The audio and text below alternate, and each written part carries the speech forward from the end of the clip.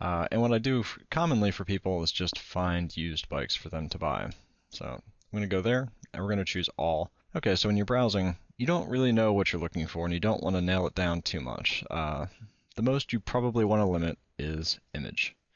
If they don't have a picture of it, you don't want to waste your time. Next, you're going to set your max price. What I like to do is put my maximum price plus about $75.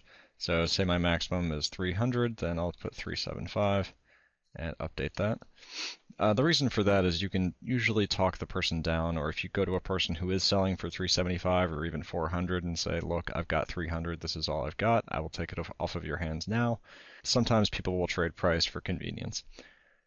From zip code, this is actually in Falls Church, just south of DC, so we'll say about 20 miles.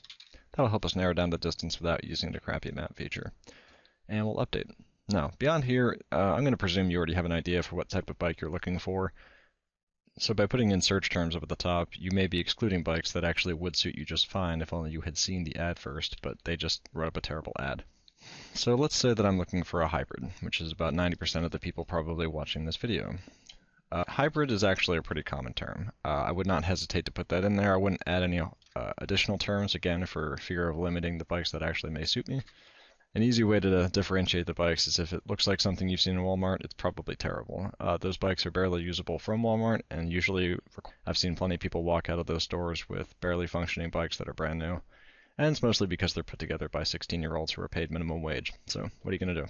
Keeping an eye on the official brands does not guarantee you a great bike, but you get a much better chance. It's less likely to have fallen apart in the last couple of years. It may have actually been assembled right to begin with, so parts aren't unevenly worn or just broken completely. The parts are usually decent, and so they last longer. So things like Cannondale, certain models of Schwinn, but you'll probably never see the decent Schwinns on Craigslist, except for the ones that are probably 30 or 40 years old. Let's see. See, if you don't see a brand at all, that's usually a dead giveaway that it's garbage anyway. If this person doesn't even know the brand name, then it's probably bad. So even though it says Adventures right on there and Roadmaster, one of those is the brand name. I can't really pick out which. I'm guessing Roadmaster. The flip side of this is if they don't know the brand name, they may not know the value. So I've actually seen a few deals on here where they just put yellow bicycle, and it's actually, a Trek 7400, decent mountain bike. So when you're trying to match up the size, you probably want to figure out how big of a bike you should have to begin with. You may want to use eBicycle's website. If you just type in bike size calculator, it will bring you to this. They actually sell bikes, but they have a great guide that I like to use. If you're looking for a hybrid, it's best to just choose mountain bike. They share a lot more. The frames share a lot more features with mountain bikes than road. I am an adult male. Let's say I'm about 6 feet tall. And the leg inseam, this is the measure right from your crotch down to your bottom of your feet. So a lot of people won't have this measurement on hand. If you're not sure, just go ahead and throw it in the middle. It's probably not going to be too far off. So it's recommending I have a mountain bike frame that is 19.5 inches or 50 centimeters. And that is the distance from the center of the crank, which is right here, to the entrance of the seat post, which is right there. That's the lowest it can possibly be. So if I'm looking for a hybrid, I want something that's about 50 centimeters. Now, this sounds very precise, and it is, but at the same time, bikes are mass manufactured. Most manufacturers have 3 or 4 sizes for most adults.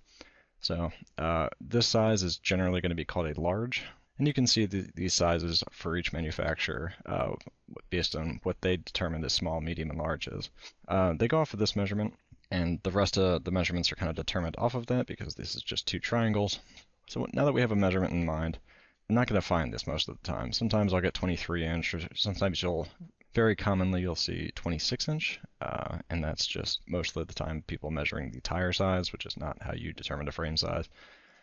So keeping that in mind, I'm just going to go off of an eyeball it, and I have some experience with this, though you can usually find pictures online of a small, medium, and large bike and just kind of keep that on hand right next to this page. You can usually see between the distance here and the distance between these 2 tubes up here. For instance, this is definitely a large frame, not quite an extra large, I'm guessing. An extra large would be for somebody over 6'2". So this here is probably a medium, so this might actually fit, but it would be a stretch. I might have to extend all the components out to really be able to fit on this bike. These 3 here are all definitely mediums. This would be a small for sure, just based on the fact that it's got a very steep slope. It's a little different if it's considered a unisex bike. For instance, this one may be that way, but you can see here, even still, it's got a very small distance that the seat can go down. That means the rest of the bike is generally going to be sized for a smaller person. So again, small bike, small, medium, and this one's a little harder to tell, but I'm going to guess the small, medium. Yeah. But so for myself, if I'm looking for a 6 foot tall person, I generally want a large, which is a bike like this. Again here, this may work, but it would be a stretch. Another thing is all Walmart bikes are medium size by default.